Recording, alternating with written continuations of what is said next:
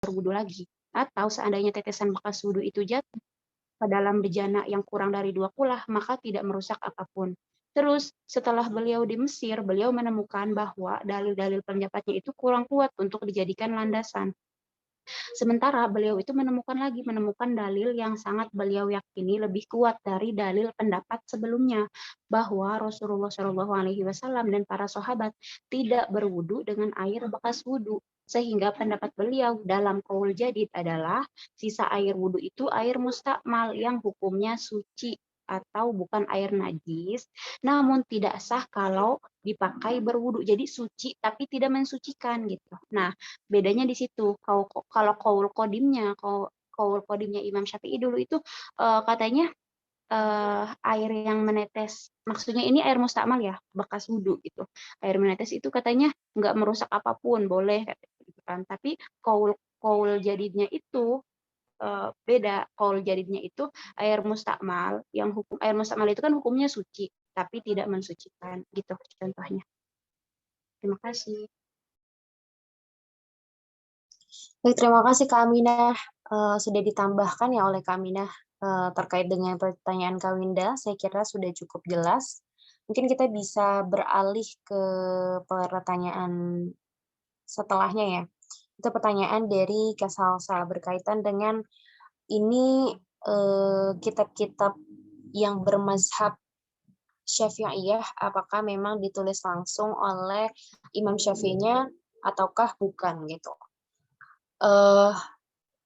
Mungkin teman-teman sudah paham ya silsilahnya atau lebih tegasnya lagi perbedaan pengikut dengan Imam Syafi'inya itu langsung.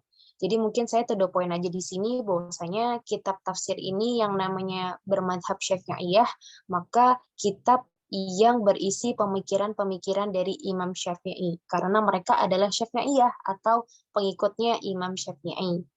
Itu aja, singkatnya seperti itu aja. Kemudian yang kedua, untuk karyanya, apakah tafsir atau fikih dan lain sebagainya gitu. Kalau untuk yang kami kaji di sini, itu adalah salah satu kitabnya, yaitu kitab Al-Um. Nah, kitab Al-Um ini adalah salah satu kitab fikih yang terpopuler, bahkan menjadi rujukan paling akhir dalam, maksudnya apa ya, rujukan paling akhir itu rujukan yang bisa dipakai sampai sekarang gitu dan paling fenomenal banget gitu. Nah, kitab ini itu memang kitab fikih yang mana penjelasannya itu dari segi penafsirannya dan lain sebagainya, penjabarannya itu merupakan penjabaran-penjabaran yang bersumber dari pemikiran Imam Syafi'i. Seperti itu. Dan kitab itu pun karena sumbernya itu bil ma'thur dan bil ra'yi, kalau mungkin dari perkataan Imam Syafi'inya, mungkin itu kan lebih ke ra'yi ya. Tapi beliau juga memaparkan bagaimana dari bil ma'thurnya. Jadi ya tadi dari hadis Rasulullah, kalau nggak ada itu qaul sahabat dan lain sebagainya, terus lihat ke ijma dan kias dan lain sebagainya, seperti itu. Kemudian dalam kitab tersebut juga cara dipaparkannya itu adalah dengan jadi ketika ada salah satu permasalahan, kemudian mengambil karena kan kita akan membahas tentang penafsiran ya gitu. Maka kita melihat bagaimana Imam Syafi'i tersebut menjelaskan kepada murid-muridnya sehingga dibuat dalam sebuah kitab yang bermazhab Syafi'iyah itu bagaimana penerapan dalam menafsirkan Al-Qur'annya. Jadi ketika ada salah satu hukum nih, semisal tadi tentang haid gitu ya. Kemudian dari salah satu ayat tersebut yang bertemakan tentang suci ya, suci, haid dan junub dan lain sebagainya, itu apabila penjelasannya itu masih terlalu umum, itu diperkecil terlebih dahulu. Seperti itu, diperkecil dulu kasusnya. Ini sebenarnya masuknya kemana sih, pembahasannya kemana sih, dan lain sebagainya. Baru kemudian dimasukkan hal-hal yang diperkuat lagi, apakah tentang apa ya, apakah dari ayat lain, gitu kan bisa ya menafsirkan Al-Quran ayat dengan ayat, ataupun kemudian menafsirkan Al-Quran dan Sunnah, terus juga dengan qaul tabi'in dan lain sebagainya, atau disinambungkan dengan ijma dan kias dan lain sebagainya. Jadi kira-kira seperti itu. Bagaimana Kak Salsa? Apakah ada tanggapan? Tapi kitab ini kitab tafsir ya, disebut cuman lebih kepada fikihnya gitu ya. Terbalik Kak. Jadi kitab fikih yang memang di dalamnya itu berisi penafsiran dari Imam Syafi'i. Gitu. Jadi gambarannya gini, semisal ada Al-Muwatta. Al-Muwatta itu kan kitab fikih ya. Nah, kemudian dalam kitab itu menjelaskan tentang satu bab dulu nih, semisal bab toharoh, ya. Nah, kemudian di dalam penjelasannya, nah itu penjelasannya itu termuat bukan hanya dari segi bil ma'thurnya, dari segi hadis dan lain sebagainya seperti tadi pemaparan Kak Aminah, tetapi juga dijelaskan bagaimana pemikiran Imam Syafi'i menanggapi permasalahan tersebut, baik melihat dari kondisi yang ada maupun bersumber dari Al-Quran dan As-Sunnah. Gitu. Jadi kitab di sini ini adalah kitab fikih, tetapi memang apa namanya di dalamnya itu berisi penafsiran-penafsiran yang ada tentang kalam-kalam dari Imam Syafi'inya. Kalau itu dari Al-Um ya, mungkin ada juga kitab pure yang benar-benar sebuah karya tafsir yang bercorak fikih. Cuma kami selaku pemakalah belum bisa menjelaskan secara rinci, tapi lebih kurangnya kalau kitab Al-Um seperti itu. Jadi dia kitab fikih yang memiliki penafsiran Imam Syafi'i. Tetapi kalau kita melihat dari kitab apa namanya, semisal ada kitab karangan berupa karya tafsir, itu sebaliknya. Jadi karya tafsir ya yang bercorak fikih seperti itu. Jadi kayak ya bolak-balik aja gitu. Jadi kalau misal kita fikih, oh berarti dia berisi beberapa penafsiran yang dinukil dari Imam Syafi'i, dan sebaliknya kalau dia itu berupa karya tafsir, nah karya tafsirnya ini bercorak fikih. Jadi banyak membahas tentang fikih dan lain sebagainya. Seperti itu Kak Salsa. Untuk Bagaimana, ada yang tanggapan? kita pakai ini ya, kalau dipakai apa tuh kitab Al-Um ini, yang dipakai sekarang ini itu benar-benar dari karangan Imam Syafi'i itu sendiri, maksudnya tulisan Imam Syafi'i itu sendiri, atau emang ditulis kembali gitu Kak, oleh pengarangnya yang lain. Iya, seperti yang saya ungkapkan di awal ya Kak, bahwasanya ini tuh kan kitab yang bermazhab Syafi'iyah ya. Jadi kitab ini ditulis oleh mungkin nanti pemakalah yang lain, mungkin ada Kak Aminah dan Kak Rofiah, mungkin boleh dibantu lebih rincinya lagi kitab Al-Um ini ditulis oleh siapa dan lain sebagainya. Cuma kalau untuk sebentar, iya. Iya Kak, Bagaimana Kak ini tuh? mau izin masuk ya Kak? Nggak bisa masuk sih maksudnya, izin menanggapi. Yang ini ya Kak Salsa, terkait siapa sih ininya gitu. Nah di sini tadi di slide berapa gitu, ini nggak tahu slide berapa. Ini kan ada depan covernya itu ya, kitab Al-Um. Imam Muhammad bin Idris Asy-Syafi'i. Nah di sini ada apa namanya, at-takhrij, tahqiq wa tahrib. Jadi kalau menurut aku yang nulis kitab ini ya beliau, yang menahqiq atau mentahrijnya itu, mentahrij itu mungkin kan mengeluarkannya, otomatis pengarang lah istilahnya. Itu adalah Dr. Rifat Fauzi Abdul Muthalib gitu Kak. Gimana Kak Salsa? Iya Kak. Karena kan di setiap buku juga pasti ada ininya kan, ada yang ngarangnya gitu, dicantumin gitu.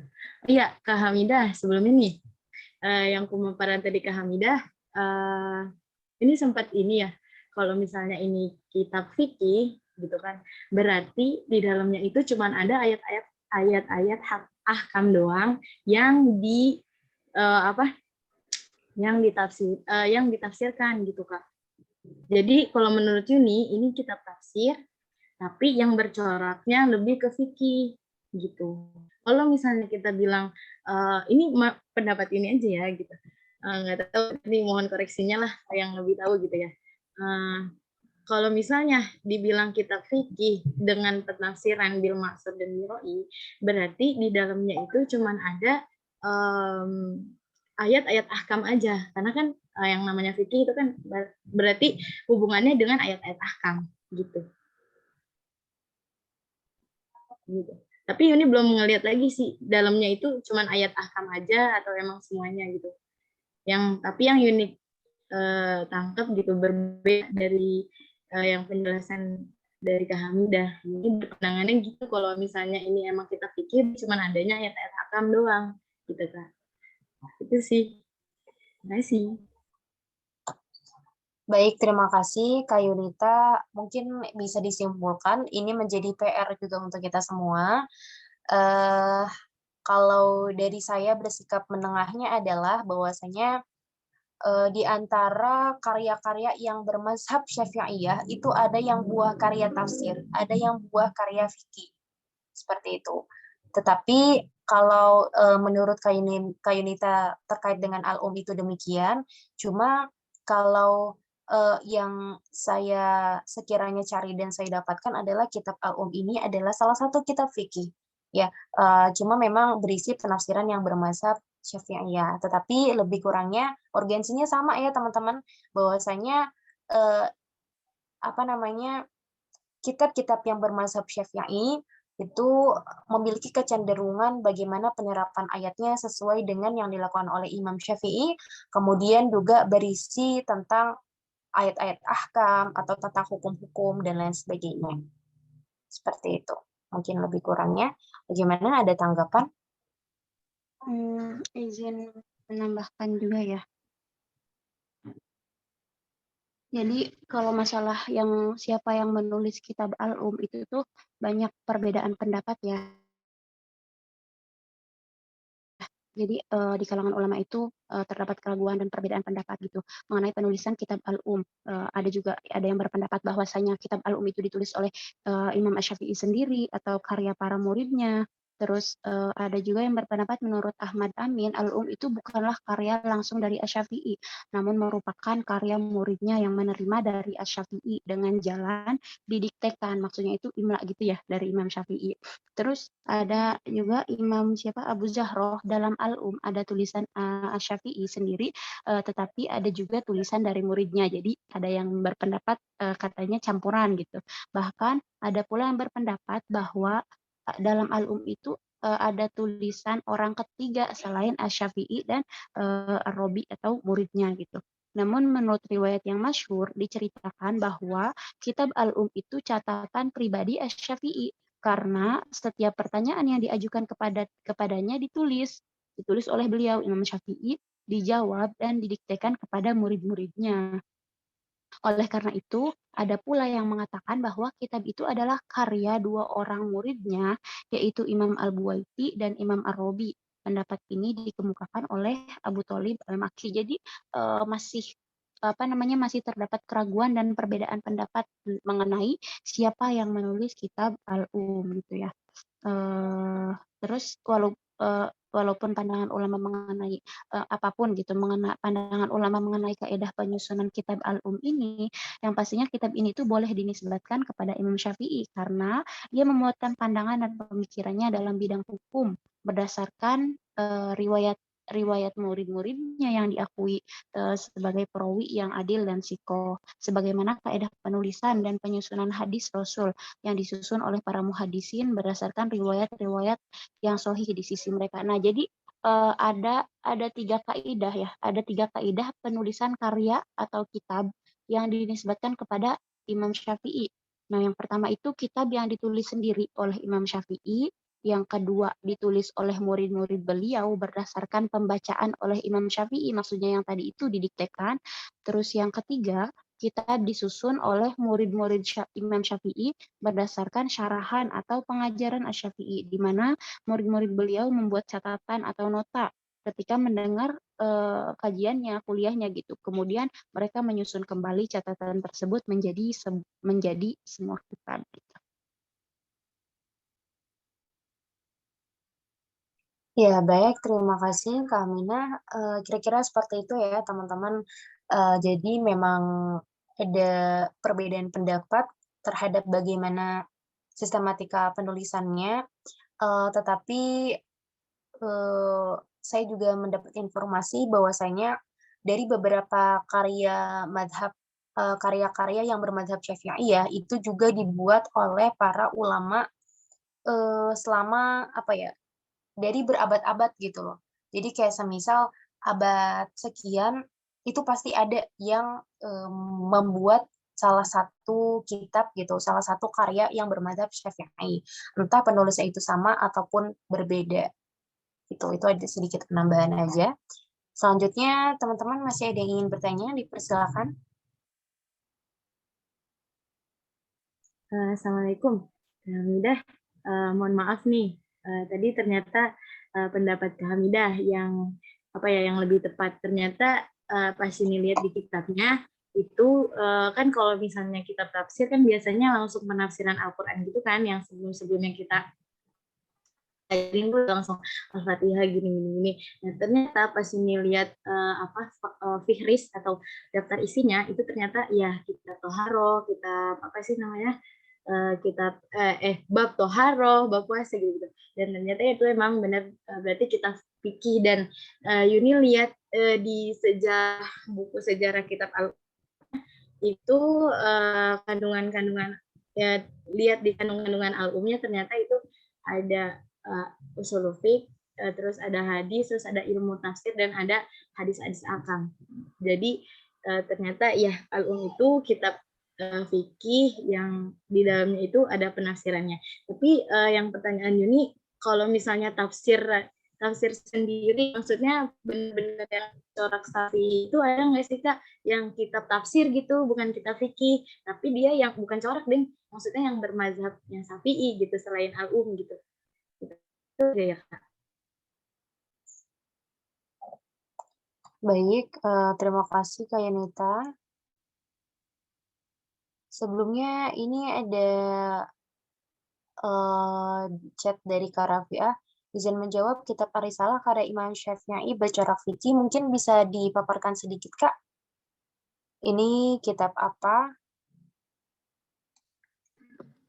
Baik, maaf Kak, izin menjawab sedikit. Jadi yang sepengetahuan Ana pribadi, mazhab Syafi'i adalah sebuah aliran fikih. Jadi penafsiran Imam Syafi'i itu semuanya tuh ada keterkaitan ke aliran fikih. Dan selain dari karya beliau yaitu Al-Um, yaitu ada kitab Ar-Risalah, dan dia juga bercorak fikih. Itu sih Kak yang Ana pribadi pahami.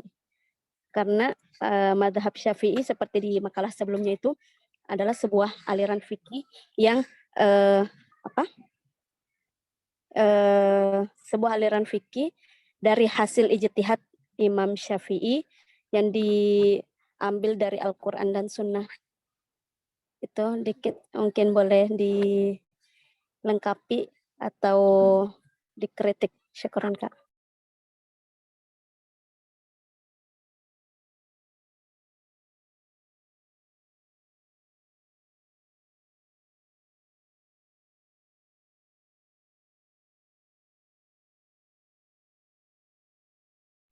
Baik, terima kasih kepada Kak Rafiah.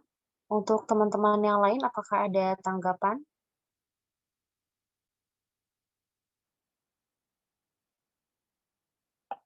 Wilda mungkin mau nanya.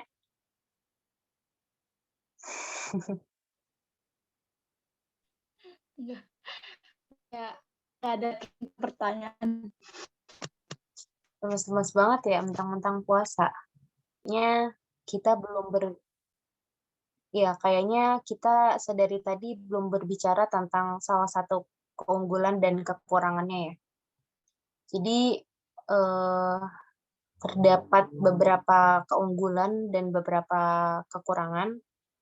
Salah satunya itu kekurangannya dikritik ya oleh Dr. Faizah, bahwasanya penyajian hadis dalam tafsir ini yang disajikan masih kurang diseleksi atau kurang ditakhrij kesohihannya, mohon maaf, sehingga menjadi peluang bagi generasi selanjutnya untuk mengembangkan penelitian ini. Seperti itu. Terus ada juga salah satu keunggulannya bahwasanya tafsir Imam Syafi'i yang ditahqiq oleh Al-Farron juga patut mendapatkan penghargaan yang tinggi. Seperti itu. Ini adalah salah satu contoh.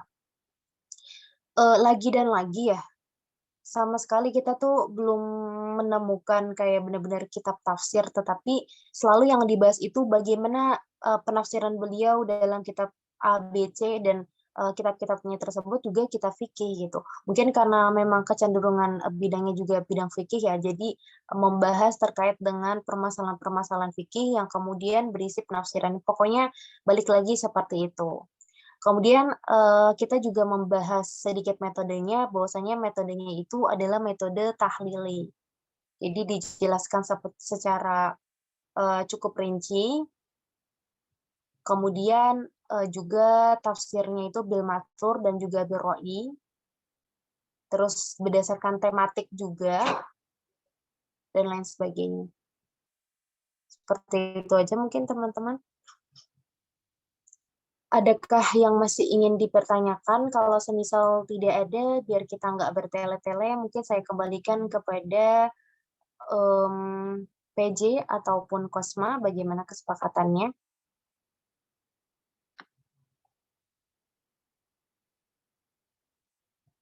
Ya sebenarnya emang seperti itu.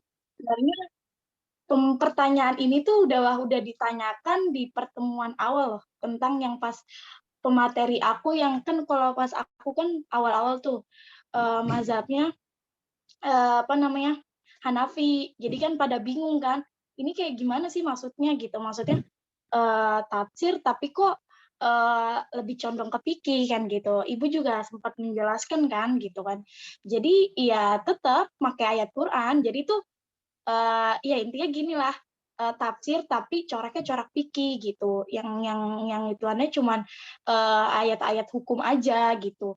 Dan dan yang tadi sudah dijawab sama Kak Rafiah juga kan, ada 3 yang di Imam Syafi'i itu kan banyak berbeda pendapat kan. Ada yang emang dia dibilang itu karya 2 muridnya, ada yang bilang itu tuh ditean gitu. Kayak waktu tuh Ibu bilang gitu kan. Jadi tuh ada kayak kalau itu waktu itu dibahasnya kayak jadi tuh imam itu tuh karena belum ada zaman kayak pembukuan seperti itu, jadi dite gitu sama kayak misalkan dite gitu, terus anak muridnya yang nulis gitu, jadi dibukukanlah gitu. Jadi makanya banyak kericuan antara siapa sih pengarangnya, karena kan ada yang bilang pure emang ini sebenarnya pemikiran Imam Syafi'i tapi dite oleh anak muridnya dan dibukukan oleh mereka gitu. Tapi ada yang bilang enggak loh, ini kan karena pemikirannya Imam Syafi'i, jadi ini karyanya karya Imam Syafi'i gitu loh. Tapi ada yang bilang karena ini karya Imam ini loh, anak muridnya loh, karena dia yang bikin bukunya. Jadi seperti itu. Jadi karena banyak pemahaman yang berbeda terkait pembukaan ini, jadi banyak perbedaan pendapat. Jadi seperti itu. Ayu. Baik, terima kasih Kak Wilda. Jadi kira-kira seperti itu ya Kak Yunita gitu. Jadi pokoknya ingat apa yang disampaikan Kak Aminah tadi, bahwasanya seperti apapun pengawalan dari penulisan karya-karyanya gitu, entah dari Imam Syafi'inya langsung ataukah mungkin dari para pengikutnya yang juga mereka tuh seorang ulama gitu loh, yang bermazhab Syafi'iyah gitu. Maka dari itu insya Allah semua pendapat atau penafsiran itu memang dinisbahkan dari Imam Syafi'inya langsung. Seperti itu. Kemudian juga mungkin saya simpulkan seperti ini ya. Meskipun kita belum bisa mengelompokkan yang mana kitab tafsir yang bermazhab Syafi'iyah, kemudian juga fikih yang bermazhab Syafi'iyah gitu. Tetapi bisa disimpulkan bahwasanya yang tadi kalau misal kitab itu fikih ya, maka di dalamnya itu dimuat penjelasan gitu. Pastikan sebuah apa ya, sebuah ibaratnya sebuah pernyataan itu kan pasti ada penjelasannya. Nah, itu salah satunya itu dari penafsirannya Imam Syafi'i. Kemudian saya kembalikan lagi, kalau semisal ditemukan karya tafsir, ya apapun judul karyanya, siapapun penulisnya bercorak mazhab Syafi'i, ya maka dari itu ya kitab penafsiran Al-Quran seperti biasa gitu, apalagi kalau semisal yang tahlili gitu, terus juga mushafi dari awal surah hingga akhir surah gitu, cuma di dalamnya itu bercorak fikih, maka terdapat ayat-ayat ahkam yang dibahas. Seperti itu aja simpelnya teman-teman. Jadi pokoknya orientasi kita yang pada saat ini itu gimana teman-teman itu atau kita semua paham bagaimana cara Imam Syafi'i itu menerangkan sebuah ayat. Di sini kan ada ya bagaimana penerapan ayatnya, kemudian dari cara sistematikanya di sini juga ada metodologinya. Oh, bil ma'thur dan biroyi, tahlili dan lain sebagainya. Oh, coraknya fikih, terus tematik, udah itu. Jadi kita ada gambaran seperti itu teman-teman. Baik, saya rasa cukup ya. Apakah masih ada tanggapan dari teman-teman? Eh, Hamida mungkin ini ya kalau imam-imam mazhab kayak fikih gitu, ke fikih kan ya imam mazhab fikih ini dalam menafsirkan ini lebih ke ini ya kayak roi gitu. Soalnya kan kayak fikih itu gitu. Kan fikih jadi ke roi banget gitu apa enggak Kak? Iya. Kalau dibilang ra'yu banget, ya dominan ya. Bukan dominan, maksudnya keduanya itu saling berkaitan satu sama lain.